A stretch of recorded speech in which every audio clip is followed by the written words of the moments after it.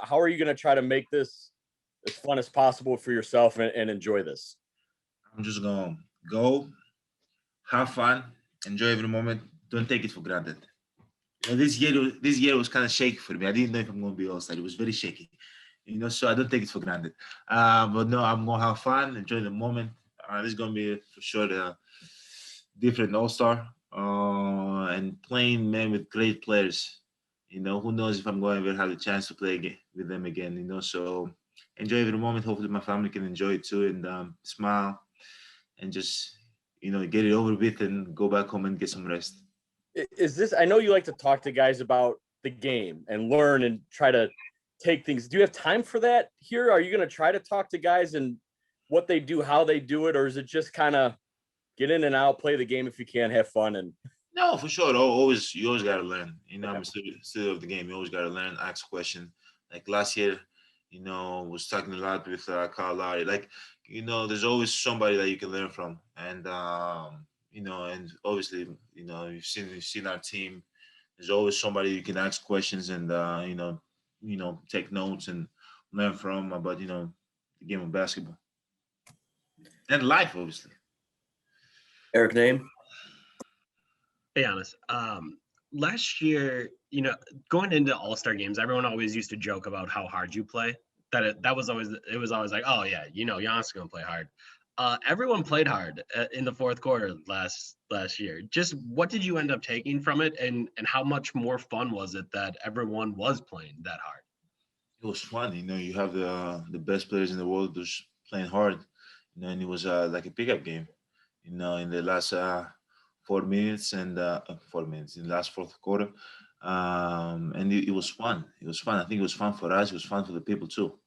And obviously I don't know if people gonna play hard the whole game, but like I hope there's a part 5 minutes, 7 minutes, like a part that guys take it serious and guys play hard and play to win. And because like you're never gonna have the chance to play, against the best of the best.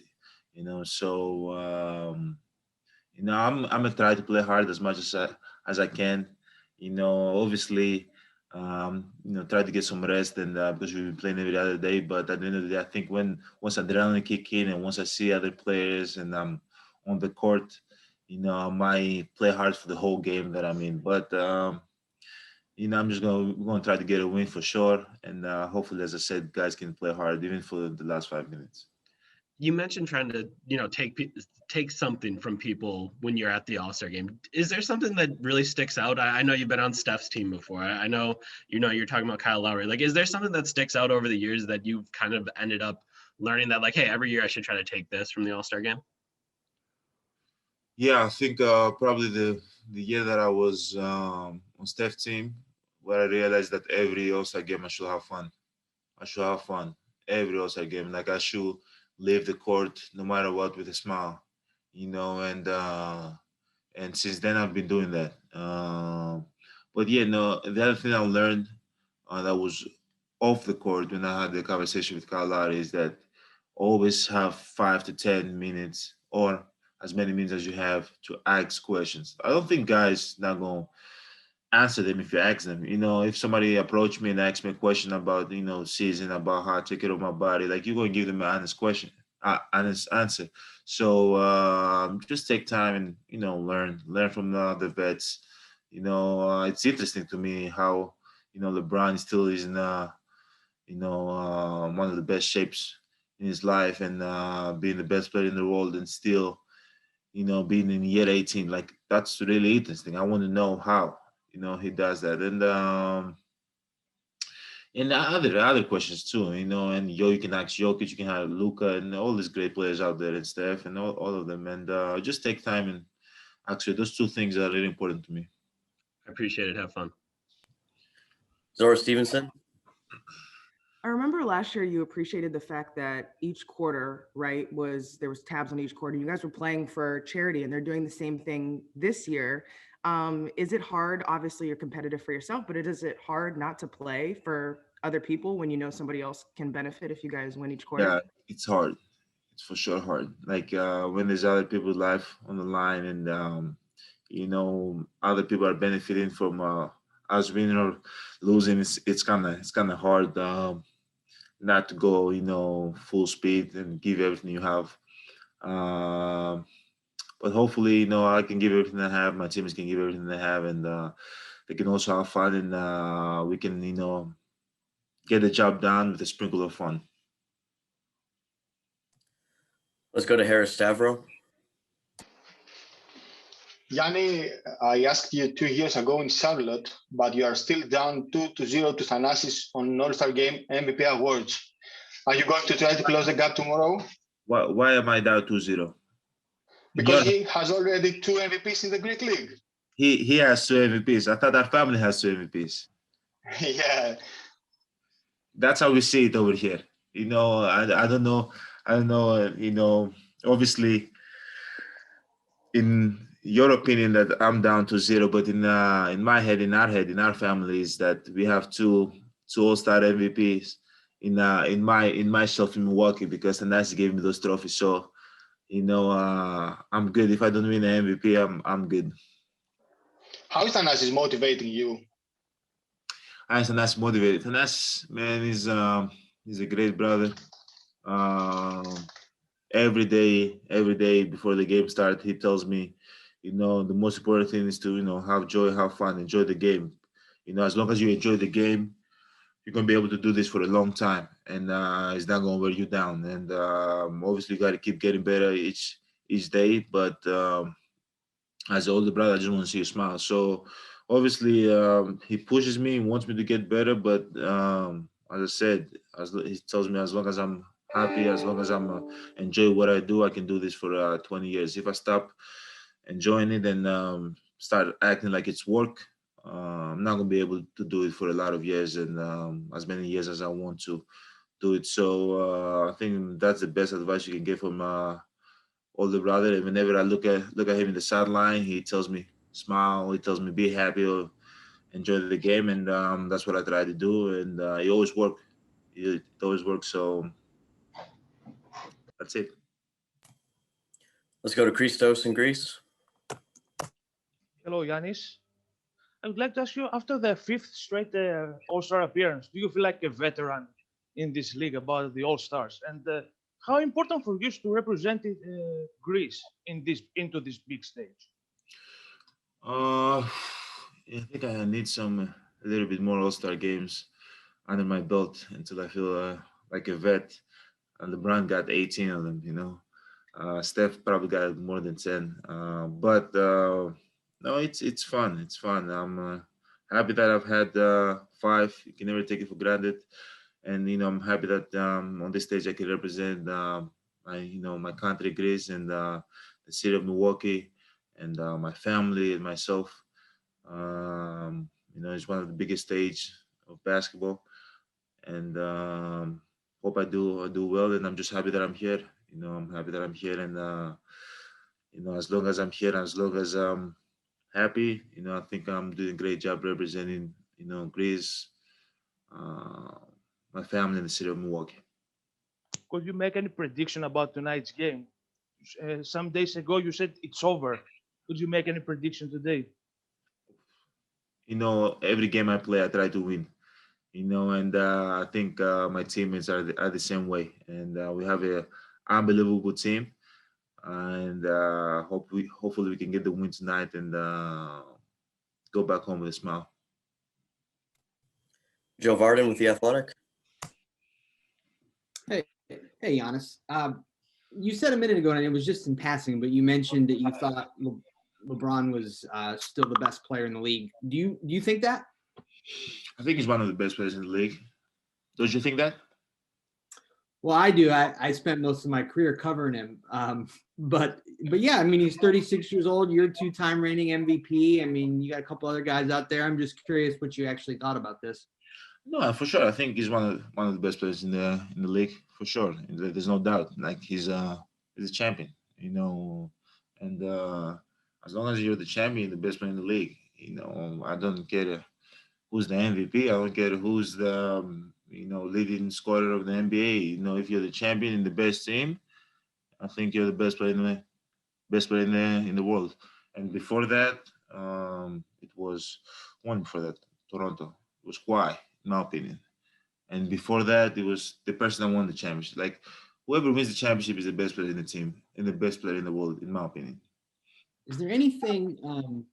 There's going to be other opinions out there. There's going to be some people going to say he's not the best player in the world, and some people going to say somebody else. The same thing with the debate: who's the best, Jordan or LeBron? Like there's going to be 50% of people that's going to say Jordan, 50% of people going to say LeBron. It doesn't really matter because at the end of the day, just being in that conversation is like you're the one. Now you're wading into barbershop material, but the other thing I want to know is there anything from LeBron's career other than his titles? Is there anything from his career that you want for yourself? Yeah, consistency. I think that's the biggest.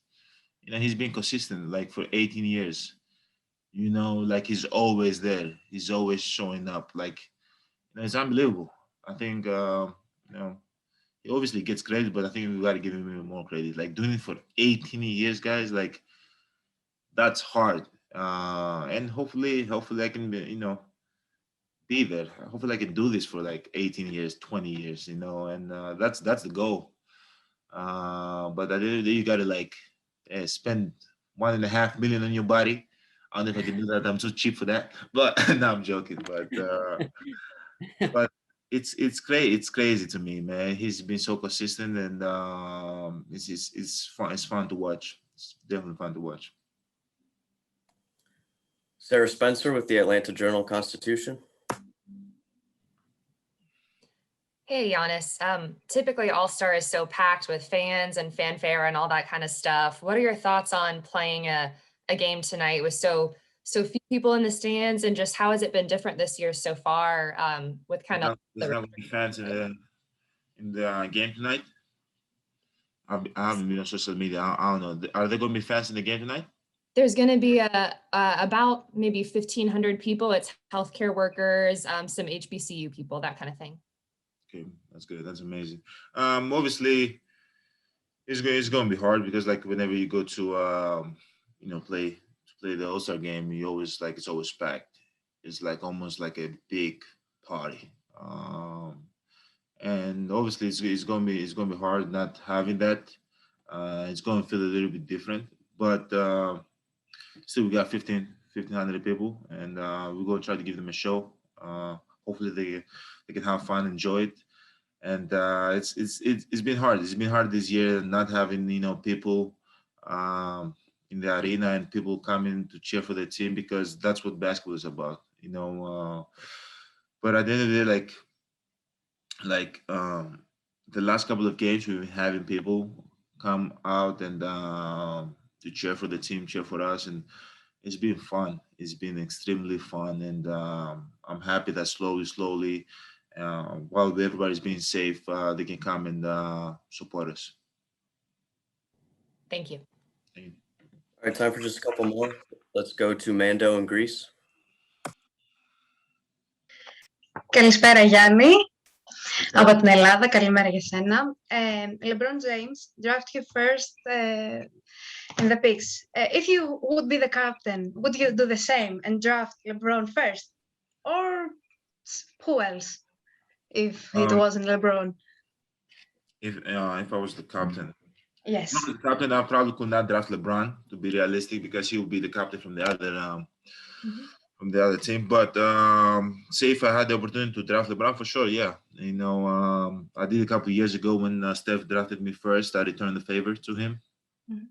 So yeah, definitely returned the favor. But just being drafted first, 2 years that I haven't been the captain has been a compliment, and it says a lot. It says a lot about the players I play with, and just being recognized from your peers. That's big. And if you had the chance to make some changes in your team, would you do, or you're perfectly happy with them? I'm perfectly happy with everybody on my team. I can. Luka. Everybody. I'm very happy. I'm ecstatic. Thank you very much. You're welcome. All right, one more to Dan Wojcicki. Hey, Giannis. I apologize if you've been asked this already, but we're coming up on the 1-year anniversary of the league shutdown on March 11th. I'm curious, kind of what were those days like for you right before that, as sort of some awareness about what could happen kind of made its way around the league versus kind of the emergency brake that got pulled on everything, and just how drastic it was once, we found out actually that there was a player who had tested positive? I think before the shutdown, we had a team meeting as a team, and we talked about it. That we got to be, more safe, and we got to protect ourselves. We cannot, go out and be around people and all that, and we got to go get groceries and stay at home and just come to games. Like there was like a discussion, and I remember when I was going back home, and I was on the phone with my significant other, and I was telling her like this is serious, and we got to be extremely careful. And and we just had the baby at the time, and I was like, okay, I should just go and get a bunch of groceries and just stay home until we see how this plays out. And a couple days later, the whole NBA got shut down, and I remember telling her, I was like, I told you wasn't listening to me. I told you this is serious. And after that, we went into quarantine. Tried to stay home as much as possible. And I remember it was tough. It was tough at first because we just had the baby, and but at the end of the day, it was safe. That was a safe thing to do, and that's what we did, and that's why we're back now. All right, great. Thanks, Giannis. Appreciate your time. You guys. Oh, is it done? So